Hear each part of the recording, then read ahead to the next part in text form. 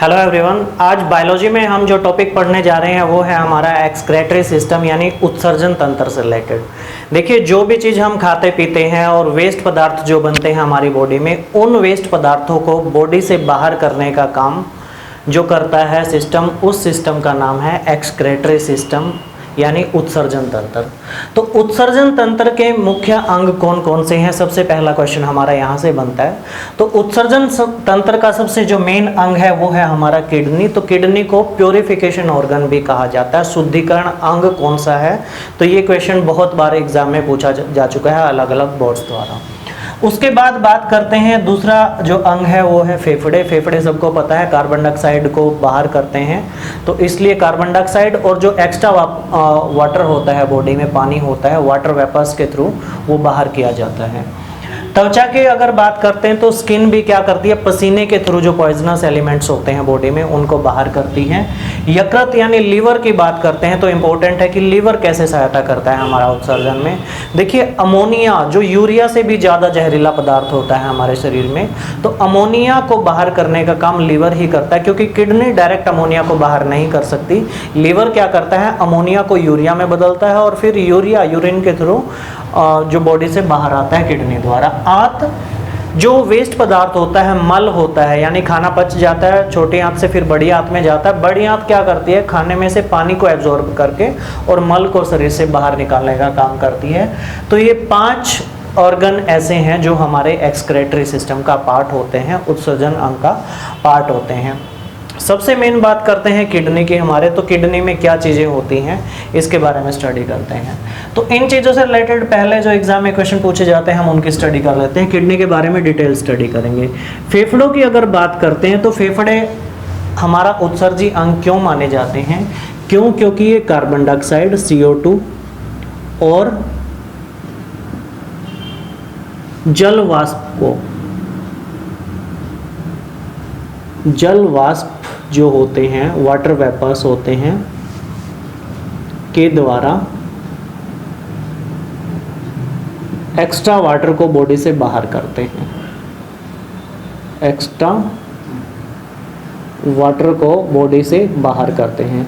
आपने जब सांस छोड़ते हो देखा होगा, ग्लास के पास अगर ग्लास सामने रखते हो, शीशा सामने, तो आपने देखा होगा कि जलवाष्प आ जाते हैं।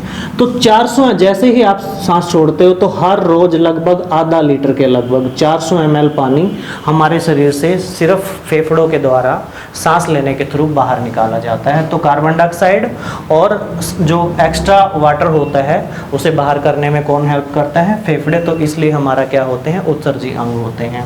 नेक्स्ट अगर त्वचा की बात करते हैं, हमारे स्किन, त्वचा मतलब स्किन। तो स्किन के बारे में 2-3 चीजें जो एग्जामिनर पूछता है वो आपको याद होना चाहिए। शरीर का सबसे बड़ा अंग कौन सा है, तो स्किन क्या है हमारा, शरीर का सबसे बड़ा अंग है। ये पॉइंट आपने याद रखना है, सबसे बड़ा अंग या largest organ of our body, तो वो है स्किन। स्किन का वेट पूछे तो लगभग 10 kg वेट होता है। 10 kg वेट होता है, वो होता है स्किन का। एवरेज मोटाई पूछे तो 2 mm के लगभग होती है। एवरेज मोटाई स्किन की कितनी होती है, 2 mm। सबसे मोटी स्किन हमारी जो एडी की होती है, एडी की स्किन सबसे मोटी होती है। और जो आईलिड्स होते हैं, पलकों के ऊपर आईलिड्स पाई जाती हैं, तो ये स्किन हमारी सबसे पतली होती है। बट एवरेज मोटाई की बात करें तो 2 mm के लगभग होती है। स्किन की 3 लेयर होती हैं। स्किन की 3 लेयर होती हैं, एपिडर्मिस,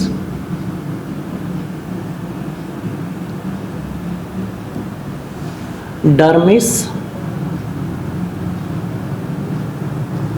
और हाइपोडर्मिस।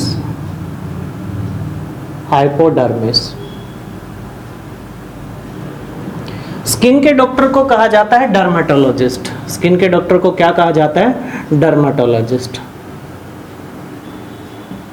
तो डर्मिस से ही ये वर्ड निकला है, डर्मेटोलॉजिस्ट। अब 3 लेयर जो होती हैं इनका अलग अलग रोल क्या होता है। देखिए, जो एपिडर्मिस होती है ये सबसे बाहरी परत होती है, तो बाहरी आवरण बनाती है ताकि पानी को ज़्यादा हमारी बॉडी से बाहर नहीं जाने देती है, एक मेम्ब्रेन टाइप में बनाती है। डर्मिस की बात करते हैं तो इसी में स्वेट यानी जो पसीने की ग्रंथियां होती हैं, स्वेट ग्लैंड। और पसीने की ग्रंथियों को अगर हम एक डॉक्टर लैंग्वेज में नाम दें तो वो होता है स्यूडोरिफरस।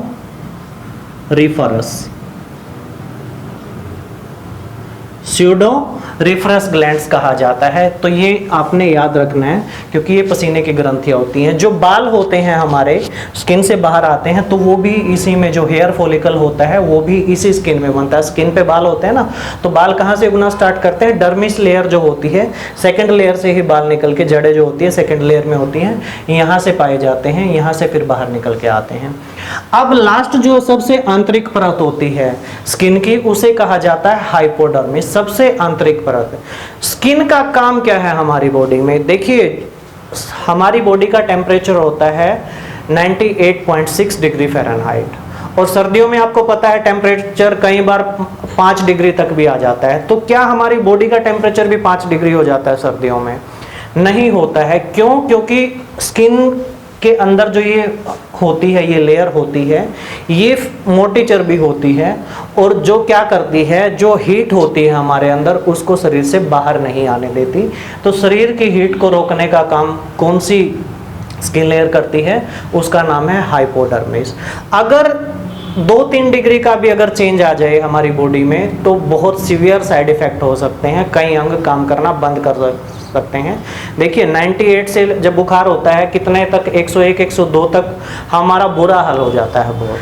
तो एक्चुअल में तो डिग्री सेल्सियस में चेंज नहीं हुआ, वो तो फ़ारेनहाइट में ही चेंज हुआ है। तो 1-2 डिग्री चेंज होने पे ही बहुत अंतर आ जाता है। तो इसलिए बॉडी टेम्परेचर को मेंटेन करने का काम स्किन की कौन सी परत करती है? हाइपोडर्मिस करती है। और बॉडी टेम्परेचर को मेंटेन करने का कौन सा भाग शरीर में काम करता है? तो दिमाग के अंदर जो हाइपोथैलेमस हिस्सा होता है वो हमारे शरीर के तापमान को स्थिर बनाए रखता है 98.6। तो ये दोनों टर्म याद रखने हैं। कौन से हिस्से की बात करें तो वो है हाइपोथैलेमस जो ब्रेन में होता है, और स्किन की परत की बात करें तो हाइपोथर्मिस। तो ये क्या करती है? फैट से बनी होती है, फैट से बनी होती है।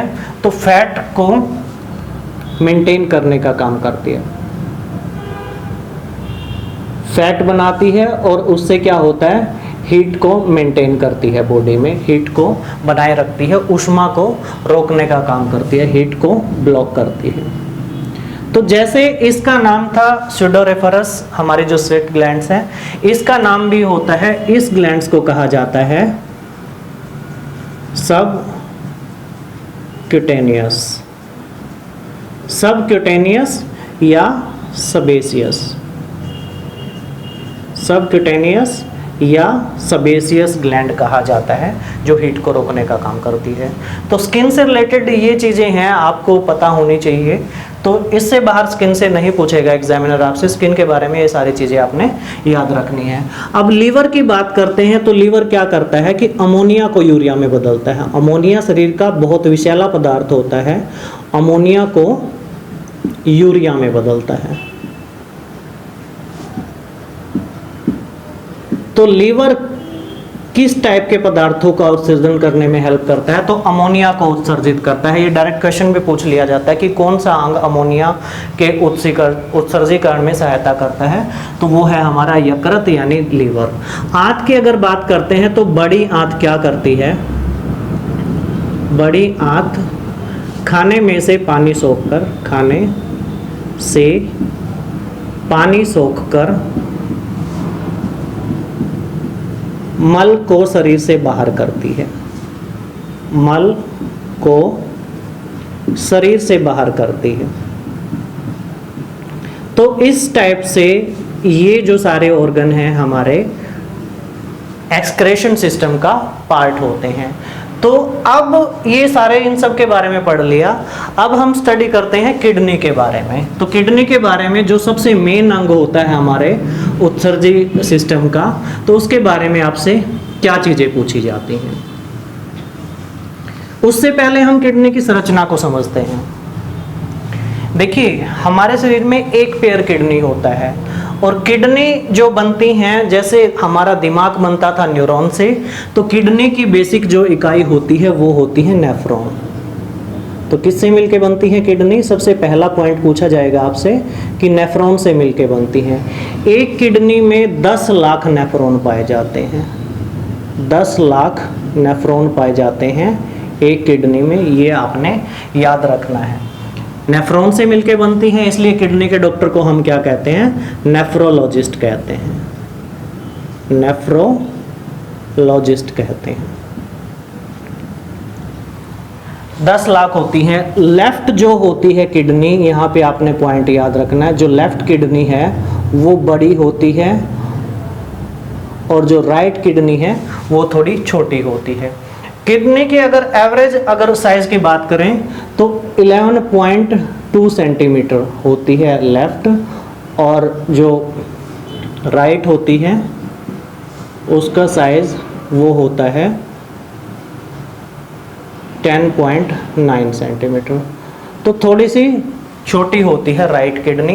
लिवर लंग्स के केस में ये बिल्कुल उल्टा होता है। लंग्स जो होता है हमारा वो राइट बड़ा होता है, उसके 3 भाग होते हैं, और दायां छोटा होता है, उसके 2 भाग होते हैं। तो ये दोनों पॉइंट आपने याद रखने हैं। लंग्स यानी फेफड़ों की बात करें तो दायां बड़ा, और किडनी की बात करें तो बाई यानी लेफ्ट किडनी बड़ी, और साइज उनका ये लिख दिया है मैंने। तो दूसरी चीज़, जैसे हर अंग को सुरक्षा देते हैं, हमारे जो हार्ट को सुरक्षा देता था वो पेरिकार्डियम झिल्ली देती थी, जो ब्रेन को सुरक्षा देती थी वो हमारा सेरिब्रोस्पाइनल द्रव था। ऐसे ही किडनी को सुरक्षा देने के लिए 3 परतें होती हैं।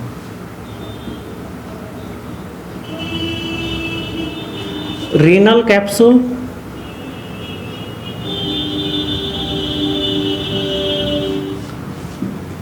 रीनल फेसिया,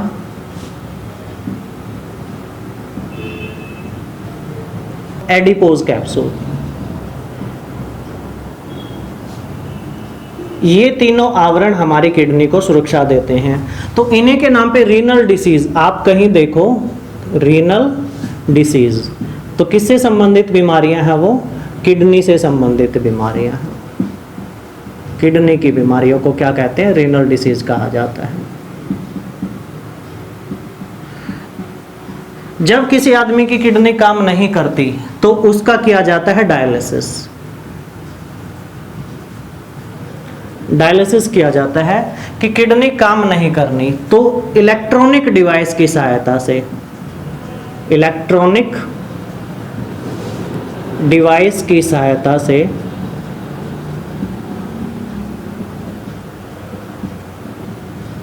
ब्लड को प्योरीफाई करना। जो आपकी बॉडी का जो ब्लड होता है वो क्या होता है?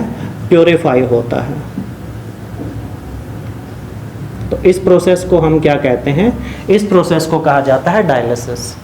तो आइए अब समझते हैं कि ये काम कैसे होता है, ब्लड प्योरीफाई कैसे होता है। 2 किडनियां हैं हमारे शरीर में, ये आपकी राइट किडनी है और ये आपकी लेफ्ट किडनी है। जो लेफ्ट किडनी है वो थोड़ा सा ऊपर होती है और राइट किडनी वो थोड़ा सा नीचे होती है। अब किडनी के मेन पार्ट्स की, ये तो दोनों किडनी होगी हमारी।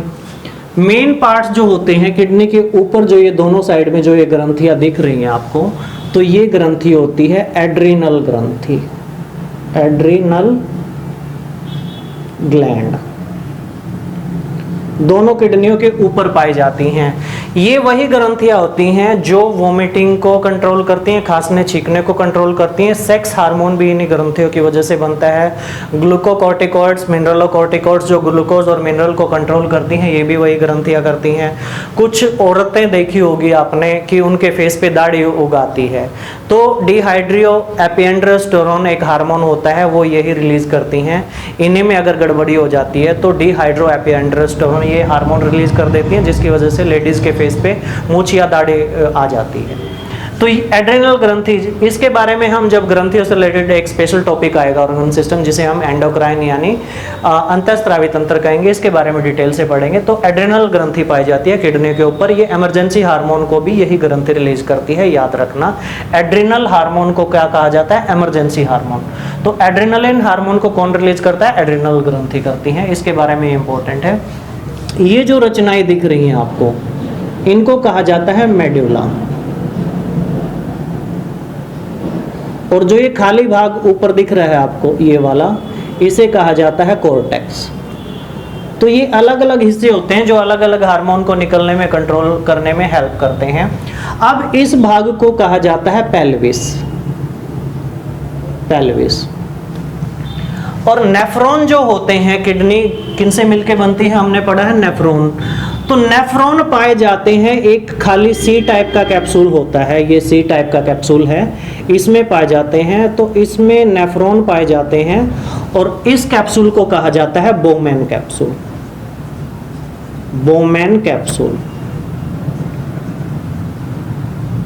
ये जो कैप्सूल टाइप में स्ट्रक्चर दिख रही है आपको, इसे कहा जाता है बोमेन कैप्सूल।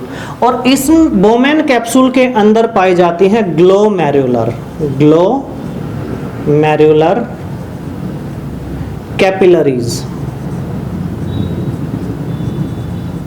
कैपिलरीज। ये ग्लोमेरुलर कैपिलरीज क्या होती हैं? बिल्कुल बारीक बारीक नलियां होती हैं जिनमें से ब्लड आता है। ये आपकी आर्टरी है और ये वेन है। सबसे बड़ी आर्टरी कौन सी थी? इसे कहते हैं हम डोर्सल ओर्टा। डोर्सल ओर्टा यानी शरीर की जो सबसे बड़ी आर्टरी, शरीर की सबसे बड़ी धमनी जिसमें शुद्ध खून होता है। तो दोनों किडनियों तक ये लेके आती है। अब ये जो दिख रही है आपको, ये है inferior vena cava. Inferior vena cava शरीर की जो सबसे बड़ी सिरा होती है। तो ये दोनों किडनी से कनेक्ट रहती हैं। ये जो दिख रहा है आपको, ये इसे कहते हैं मूत्र नली, यूरेटर। और दिल्ली पुलिस में और हरियाणा पुलिस में ये एग्जाम पूछा जा चुका है कि इसकी लेंथ कितनी होती है। तो 25 से 30 सेंटीमीटर इसकी लेंथ होती है। 25 से 30 सेंटीमीटर लेंथ होती है यूरेटर की। यूरेटर से यहाँ पे क्या होता है, बोमेन कैप्सूल क्या करता है, ग्लोमेरुलर के द्वारा ब्लड को साफ कर देता है। ग्लोमेरुलर के द्वारा ब्लड को साफ कर देता है। ये क्या होती है? बारीक बारीक नलियां होती हैं। और एक अंग और होता है इसमें, एक तो ग्लोमेरुलर होता है बोमेन कैप्सूल में, एक और पाए जाते हैं जिसे हम कहते हैं loop of Henle. Loop of Henle. तो ये क्या करता है, यहाँ पे एक लूप होती है, तार टाइप में संरचना होती है बिल्कुल बारीक बारीक। तो वो क्या करता है, उनमें से ब्लड भी घूमता रहता है और ये यूरिन को अलग करने का काम करती है। तो डायरेक्ट क्वेश्चन पूछा जाता है कि लूप ऑफ हैनले या ग्लोमेरुलर या बोमेन कैप्सूल शरीर के किस भाग में पाया जाता है? तो ये किडनी के अंग होते हैं। ये पॉइंट आपने याद रखना है। तो ग्लोमेरुलर से एक किडनी का एक टेस्ट होता है GFR का मतलब है ग्लोमेरुलर, F से फंक्शन और R से होता है rate. Glomerular function rate. GF R test किया जाता है किडनी की प्रॉपर फंक्शनिंग को चेक करने के लिए कि भाई किसी की किडनी प्रॉपर काम भी कर रही है या नहीं कर रही। अगर इसकी वैल्यू आती है 120 से लेके 60 तक, तो इसका मतलब किडनी क्या है, ओके कर रही है। 60 से लेके 15 तक अगर किसी की GFR टेस्ट की वैल्यू अगर आ जाती है, तो इसका मतलब किडनी में क्या आना स्टार्ट हो गया है, इन्फेक्शन आना किडनी में स्टार्ट हो गया है। और किसी की वैल्यू अगर 15 से भी कम आ जाती है, तो इसका मतलब किडनी डैमेज होने वाली है, उसकी बॉडी में, उसकी किडनी में सीवियर इन्फेक्शन है, बहुत तगड़ा इन्फेक्शन है। तो ये कब होता है? ज़्यादातर किडनी फेल्योर का रीज़न ज़्यादा अल्कोहल कंज्यूम करना, ज़्यादा ड्रग्स कंज्यूम करना। तो अगर किसकी वैल्यू, अगर GFR रेट की वैल्यू आ रही है 15 से भी कम, तो ये क्लियर है कि that person is dipsomaniac. Dipsomaniac, a person who can not live without alcohol. तो ऐसा बंदा क्या है, तगड़ा पियक्कड़ या शराबी होता है, वो ज़्यादातर चांस ये होते हैं। और भी वजह से हो सकता है, ड्रग्स लेने की वजह से, किसी प्रोलॉन्ग डिसीज, लंबी बीमारी की वजह से, बट मेन रीजन अल्कोहलिक होना होता है। तो GFR टेस्ट किस लिए किया जाता है? किडनी की प्रॉपर फंक्शनिंग चेक करने के लिए किया जाता है। तो अब यहाँ से यूरेटर से जो यूरिन होता है, हैनले, लूप ऑफ हैनले क्या करती है, ब्लड को प्योरीफाई करके यूरिन को अलग कर देती है। अब यूरेटर से जो यूरिन लेके आया जाता है यूरिनरी ब्लैडर में, ये एक थैली होती है जिसमें यूरिन इकट्ठा होता है, जिसे हम कहते हैं यूरिनरी ब्लैडर। तो यूरिनरी ब्लैडर में यूरिन इकट्ठा होता है। जब यूरिन इसमें इकट्ठा होता है, तो इसमें यहाँ पे क्या होता है, दो स्पिंटर यानी दो वाल्व पाई जाती हैं। दो वाल पाए जाते हैं, इसे कहा जाता है, एक ये होती हैं, पहली वाल जो होती है इनवॉल्यूंटरी एंड वॉलंटरी स्फिंक्टर।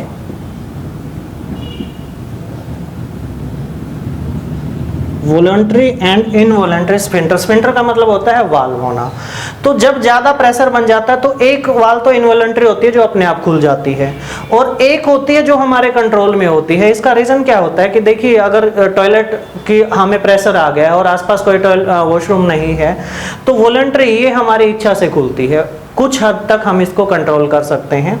और लास्ट वाला जो पार्ट होता है हमारा एक्सक्रीशन सिस्टम का, तो उसे कहा जाता है, ये वाला जो पार्ट है इसे कहा जाता है यूरेथ्रा। ये क्वेश्चन भी एक बार दिल्ली पुलिस के एग्जाम में पूछा जा चुका है, रेलवे में पूछा जा चुका है कि जो हमारा एक्सक्रीशन सिस्टम है उसका सबसे लास्ट वाला भाग कौन सा होता है, तो यूरेथ्रा सबसे लास्ट वाला पार्ट होता है। तो that is all about our excretion system. इस पूरे वीडियो को प्रॉपर फोकस्ड माइंड के साथ देखिए तो एक्सक्रीशन सिस्टम से रिलेटेड एक भी क्वेश्चन बच्चों आपका गलत नहीं होगा। अब थोड़ा सा क्वेश्चन इसमें क्या कर लेता है कि यूरिन की कंपोजिशन से रिलेटेड हमने बात की है कि यूरिन, और दूसरा है कि भाई जो हमारे पसीना आता है उसकी कंसंट्रेशन क्या होती है, उसमें कौन कौन से मिनरल पाए जाते हैं। तो ये मैं रब कर देता हूँ। तो अब जो क्वेश्चन बनते हैं उनसे रिलेटेड भी हम वो सारी चीज़ें कवर कर लेते हैं। देखिए, मेन जो नाइट्रोजनी पदार्थ होता है हमारा जो बॉडी से बाहर निकलता है वो निकलता है यूरिया के रूप में। और जो हमारा यूरिन होता है इसकी अगर बात करें तो यूरिन में 96% होता है वाटर, 96% होता है वाटर, 2% होता है यूरिया। और यूरिया का फॉर्मूला कई बार पूछ लेता है एग्जामिनर, CONH2, ये फॉर्मूला होता है आपका यूरिया का। अब 1.5% के लगभग इसमें पाया जाता है ग्लूकोज, प्रोटीन। भाई यूरिन इन्फेक्शन हो जाता है तो जब यूरिन टेस्ट करता है डॉक्टर तो इसमें एल्ब्यूमिन प्रोटीन की मात्रा चेक की जाती है। यूरिन टेस्ट जब करते हैं, ये क्वेश्चन एक बार यूपीएससी और रेलवे बोर्ड ने पूछा हुआ है कि भाई जब यूरिन टेस्ट करते हैं तो क्या चेक किया जाता है, तो एक प्रोटीन की मात्रा चेक की जाती है, उस प्रोटीन का नाम है एल्ब्यूमिन प्रोटीन। अगर एल्ब्यूमिन प्रोटीन बॉडी में ज़्यादा संख्या में यूरिन के साथ बाहर आ रहा है तो इसका मतलब बॉडी में इन्फेक्शन है, यूरिन में इन्फेक्शन है। मिनरल्स भी होते हैं, मिनरल्स में सोडियम, क्लोरीन, ये मिनरल्स होते हैं, ठीक है, 1.5%। और 0.5% के लगभग इसमें होता है यूरिक एसिड, यूरिक अम्ल, यूरिक एसिड। यूरिक एसिड का फार्मूला भी आपको पता होना चाहिए, C5H4N4O3। तो ये भी एग्जामिनर पूछ सकता है आपसे। तो यूरिन की कंसंट्रेशन से रिलेटेड अगर बात कर दें तो ये चीज़ होती है इसमें, हर रोज किडनी लगभग 180 लीटर ब्लड को प्यूरिफाई करती हैं, 180 लीटर ब्लड को प्यूरिफाई करती हैं, और उसमें से 99% को क्या कर देती हैं, आसानी से पास आउट कर देती हैं। सिर्फ 1% यूरिन के रूप में कन्वर्ट होता है, और 180 का 1% निकाले तो लगभग 1.8 लीटर, यानी लगभग 2.25 लीटर यूरिन हम डेली पास आउट करते हैं। ये तो था कि पूरे दिन में, अगर प्रति मिनट किडनी कितना फिल्ट्रेट प्यूरिफाई करती हैं तो ये क्वेश्चन भी पूछ सकता है। पूरे दिन में 180 लीटर करती हैं, प्रति मिनट 125 ml, पूरे प्रति मिनट 125 ml पर मिनट प्यूरिफाई करते हैं। ये क्वेश्चन भी एग्जामिनर डायरेक्ट आपसे पूछ सकता है। नेक्स्ट पूछ सकता है कि जो यूरिन का येलो कलर होता है वो किस कारण होता है। यूरिन का जो येलो कलर है, पीला रंग है, इसमें एक पिगमेंट पाया जाता है जिसे हम कहते हैं यूरोक्रोम। तो यूरिन का येलो कलर किसके कारण होता है, यूरोक्रोम के कारण पीला रंग होता है उसका। यूरिन में कौन सी गैस पाई जाती है, तो अमोनिया गैस पाई जाती है यूरिन में, ये भी आपने ध्यान रखना है। तो यूरिन से जो स्मेल आती है, बदबू आती है, तो अमोनिया और कार्बनिक पदार्थों के कारण आती है। कार्बनिक पदार्थ जो होते हैं इसके कारण यूरिन में स्मेल होती है। कार्बनिक पदार्थ पे ज़्यादा टिक करना। गैस कौन सी पाई जाती है? अमोनिया गैस पाई जाती है। तो यूरिन से रिलेटेड ये सारी चीज़ें थी, आपने याद रखनी है। अब बात करते हैं, जैसे पसीने की हमने बात की थी, स्वेट ग्लैंड्स। तो जैसे यूरिन में हमारा बेसिक कंपोजिशन ये था कि पसीने में ज़्यादातर क्या होते हैं। देखिए पसीने की बात करें तो पसीने में ज़्यादातर पानी होता है, 99% पानी होता है। तो उसके अलावा कुछ मिनरल पाए जाते हैं बॉडी से जो बाहर आते हैं, मिनरल्स। और उन मिनरल्स की बात करें तो पसीने में जो सबसे ज़्यादा मिनरल आपका बाहर आएगा वो आता है सोडियम। सोडियम आता है 0.9 ग्राम पर लीटर, यानी लगभग 1 ग्राम, 1 लीटर में 1 ग्राम होता है सोडियम। सोडियम के बाद जो दूसरा सबसे होता है वो होता है पोटाशियम। पोटाशियम आता है 0.2 ग्राम पर लीटर, 0.2 ग्राम पर लीटर। और जो तीसरा मिनरल होता है वो होता है कैल्शियम। कैल्शियम बाहर आता है 0.015 ग्राम पर लीटर। तो ये मिनरल पसीने के थ्रू बाहर आते हैं। तो हो सकता है कि पसीने में बाहर आने वाले मिनरल को सही तरीके से असेंडिंग ऑर्डर में या डिसेंडिंग ऑर्डर में अरेंज करो, तो इस टाइप में भी क्वेश्चन आपसे आ सकता है। तो सबसे ज़्यादा आता है हमारा सोडियम, फिर पोटाशियम और फिर कैल्शियम आता है, ये पसीने से बाहर आते हैं। ऐसे ही अगर इसमें बात करें कि भाई इसमें मिनरल कौन से बाहर आते हैं, तो इसमें आपने याद रखना है सबसे ज़्यादा बाहर आता है क्लोरीन। क्लोरीन के बाद आता है इसमें सोडियम, सोडियम के बाद आता है पोटाशियम और फिर आता है क्रेटिनिन। क्रेटिनिन। तो ये 4 मिनरल हैं जो यूरिन के थ्रू बाहर आते हैं। अगर इसमें बात करें तो ये होता है 4.5 ग्राम पर लीटर यूरिन में। अगर सोडियम की बात करें तो सोडियम होता है 2.5 ग्राम पर लीटर। पोटाशियम की बात करें तो पोटाशियम होता है 1.5 ग्राम पर लीटर। और क्रेटिनिन की बात करें तो 0.9 ग्राम पर लीटर। तो ये इस टाइप में जो अलग अलग कंसंट्रेशन है इन यूरिन की और स्वेट की जो बाहर आता है, तो इम्पोर्टेंट है ये भी एग्जाम पॉइंट ऑफ व्यू से। तो यूरिन की स्टडी करने वाले डॉक्टर को क्या कहा जाता है? यूरोलॉजिस्ट कहा जाता है। तो यूरोलॉजिस्ट क्या करता है? एक तरीके से वो किडनी का भी डॉक्टर है। मान लो नेफ्रोलॉजिस्ट ऑप्शन में नहीं आता, वैसे तो किडनी के डॉक्टर को हम क्या कहते हैं? नेफ्रोलॉजिस्ट भी कहते हैं। बट कई केसेस में जो यूरिन से रिलेटेड एक्सपर्ट, यूरिन संबंधित जो डिसीज होती है उनका जो डॉक्टर होता है उसे हम क्या कहते हैं? यूरोलॉजिस्ट भी कहते हैं। ये पॉइंट भी आपने याद रखना है। अब लास्ट जो पॉइंट है इससे रिलेटेड, इस चैप्टर से रिलेटेड, वो है हमारा कि जो उत्सर्जीकरण की जो टाइप होती हैं वो कितने टाइप की होती हैं। भाई उत्सर्जीकरण जो होता है वो 3 तरीके से होता है हमारे शरीर में। 3 तरीके से होता है उत्सर्जीकरण। एक होता है अमोनोटेलिज्म, अमोनोटेलिज्म जिसे कहते हैं अमोनिया उत्सर्जीकरण। एक होता है यूरियोटेलिज्म, यानी यूरिया उत्सर्जीकरण। और एक होता है यूरिकोटेलिज्म, यानी यूरिक अम्ल उत्सर्जीकरण।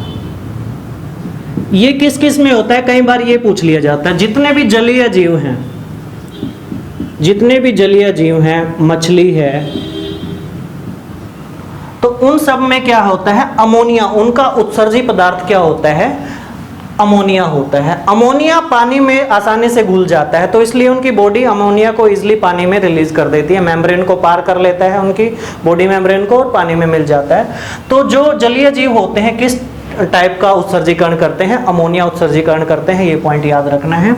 ज्यादातर स्तनधारियों में, जितने भी स्तनधारी होते हैं, मैमल्स होते हैं, तो उनमें किस टाइप का जो मुख्य नाइट्रोजनीकरण पदार्थ जो उत्सर्जित करते हैं वो क्या होता है? वो यूरिया होता है। अमोनिया का फार्मूला भी NH3 याद रखना है। यूरिया का फार्मूला भी याद रखना है आपने, CONH2।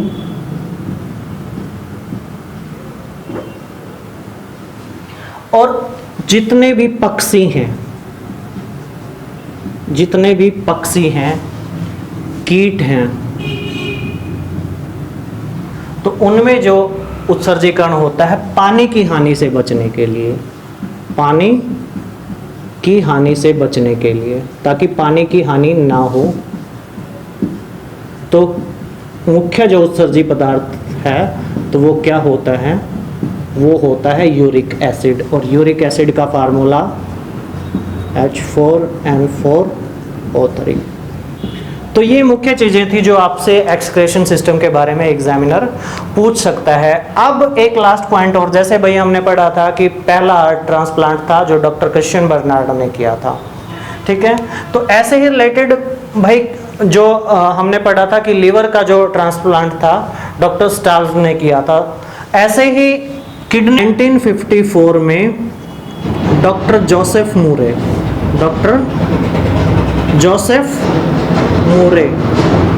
तो डॉक्टर जोसेफ मूरे थे, दो जुड़वा भाई थे, एक का नाम था रोनाल्ड हैरिक